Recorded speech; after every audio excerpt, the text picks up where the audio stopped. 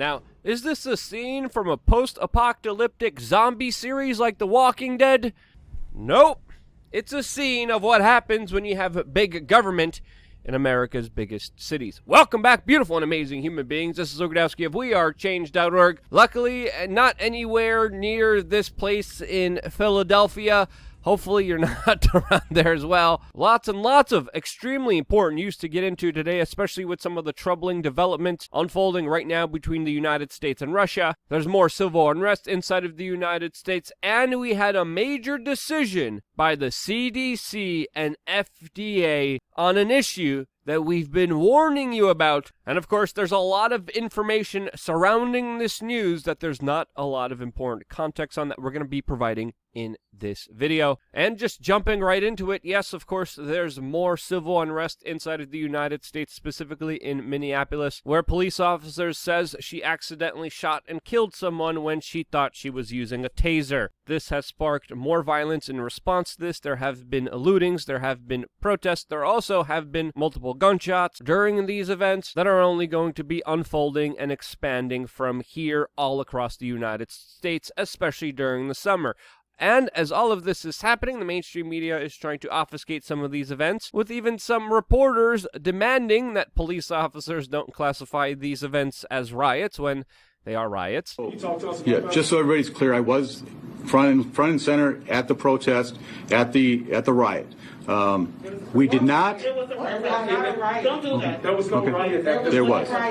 So the officers that were putting themselves in harm's way were being pelted with frozen cans of pop. They were being pelted with concrete blocks. Now, it's also important to note here that big tech, along with the mainstream media, have been running with these narratives as well, as perfectly exemplified of what happens when you Google riots today comparatively to when you DuckDuckGo them on independent search engines, and the results surely do show you a clear agenda that's being pushed forward. Now, with this particular event, of course, it's a very divisive one. Many people who are on one particular side have already made up their mind. The people who are on another have already made up their mind. But again, it's important to note here, people aren't even looking at the facts and the details of this case, and they should. Some people will always support the police no matter what. Some people will always support the protesters no matter what. And in reality, the truth is somewhere down the middle. Looking into this particular case, it's filled with a lot of details. It's filled with a lot of emotions, as well as that's convoluting a lot of people's viewpoints on this. I think this was a tragedy that should be avoided at all costs in the future. And the policewoman involved in this event made a very big mistake that she should face the full ramifications for the consequences of her actions. Now, does this single act of violence by the state justify other acts of violence? No, definitely not. All acts of violence should be called out no matter what, since, you know, that's common sense, and we don't live in a common sense reality. As perfectly exemplified by this latest geopolitical splat that we here as independent media have been telling you to keep an eye on, that we've been telling you weeks, if not months ago, to keep an eye on this situation because it will get worse from here. It has, and it's only going to deteriorate further from here, as of course the military-industrial complex, along with some elements of the mainstream media, are very eager to sell more weapons. Ukraine, of course, wants to buy them. The United States is sending their military hardware and troops into the Ukrainian region. Russia, of course, is doing the same. Russia is now issuing a warning to the United States that its warship better stay away from Crimea for, quote, their own good, as of course the United States is still moving with their mobilization of their military forces, of course, near Crimea. Russia is accusing the United States of turning the region into, quote, a powder keg. NATO is, of course, standing with Ukraine. The U.S. government is, of course, saber-rattling back against Russia, saying that they will act firmly in defense of Ukraine. And this entire situation is a mess, with Russia calling the U.S. an adversary. And, man, the situation doesn't look good. I think I will do a full geopolitical breakdown on tomorrow's video, highlighting some of the important history and context regarding this issue. If this is something you're interested in, let me know down in the comment section below. We always aim to do the best job we can for you here as independent media. Independent critical media that is becoming more and more censored by the day, as even Twitter recently blocked my friend Jason Whitlock for reporting the BLM founder buying a $1.4 million home in a predominantly white neighborhood. My My friend, Stand Up 911, also had his Instagram page taken down. And now, according to some of the terms and services, you can't even have Mob Deep videos on Instagram. As of course, Prodigy, also someone that I was close with, he definitely spoke his mind, but to censor his music videos, I mean, is just, in my opinion, absolutely ridiculous. And that's why your support is critically important on WeAreChange.org/donate. There's many ways you could contribute, whether it's cryptocurrency, Venmo, Cash App, ways without spending a dime, checking out some of our products, physical mail. Check it all out on WeAreChange.org. Also, when you're there, in the top right-hand corner, put in your email right now. Go to WeAreChange.org, click the link right now in the description. Just put it in your email right here. It costs you nothing. And that is one sure, definite way of making sure that no matter what happens, independent media stays alive and well. Also, in today's Luke Uncensored video, I'm going to be talking about and sharing a lot of information that is absolutely troubling surrounding an issue that we can't even fully discuss here on this independent media organization. Now, today, there is a major announcement by the CDC and FDA that all the mainstream media organizations are running with, including even CNN,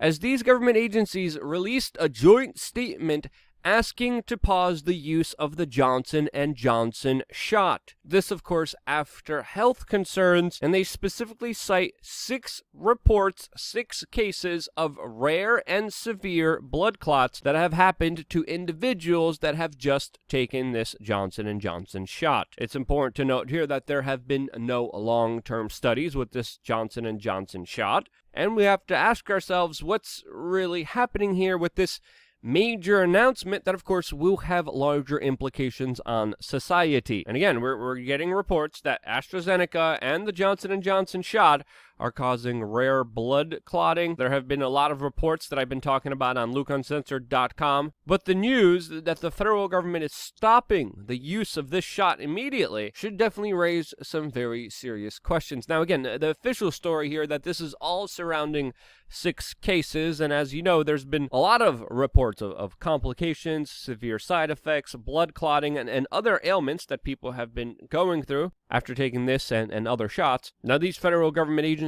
are only talking about 6 reported cases, and the mainstream media is reminding people that 6.8 million people have already been given this shot. Some people, like blue check-marked individuals, are saying that they're happy that they got this shot before it was banned by the federal government, because according to them, it's a 1 in a million chance of blood clotting, which they say is more dangerous than getting the sickness that this shot is for. And if you go by the official numbers, sure, that's true, but 1, she should look at the survival rate of this sickness in the first place, and 2, we have to legitimately ask ourselves, is it 6 people like they officially say, or is there something else happening here that they don't want to panic people? Because at face value, this doesn't make sense. Is there something else here going on? And let's be honest here, these government agencies don't have the best record of telling the truth. The CDC was telling you not to wear masks, then they were telling you to wear a mask, then they were telling you to wear 2, then not to, then 2 again.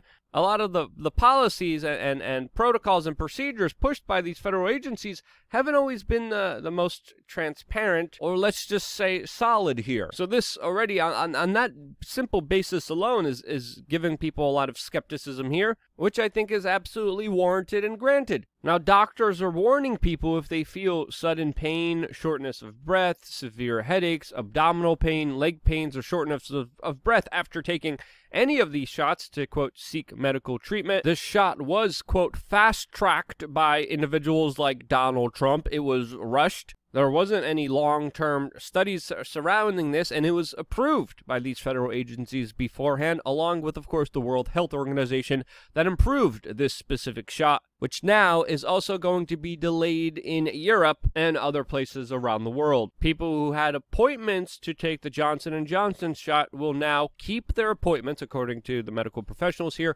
and they will be given either a Moderna or Pfizer shot instead of the Johnson & Johnson shot. The White House says that this latest news won't ruin the goal of 200 million people getting the shot by April 30th. Already, a large population of the United States has received one of these shots, and along with some complications, along with accusations of these shots not being administered correctly, the reports of the side effects, we're also getting news that some people who have taken the shot are also getting the sickness that the shot is for, as reported by this story of an Alaskan woman who caught the sickness for a second time after being given the Johnson & Johnson shot. Now, we have seen reports of this happen sporadically all around the world. Medical professionals are saying that this chance of happening to the average person is, quote, relatively low, but yet again here, I can't stress this enough, we only have the preliminary data that should raise some questions, but shouldn't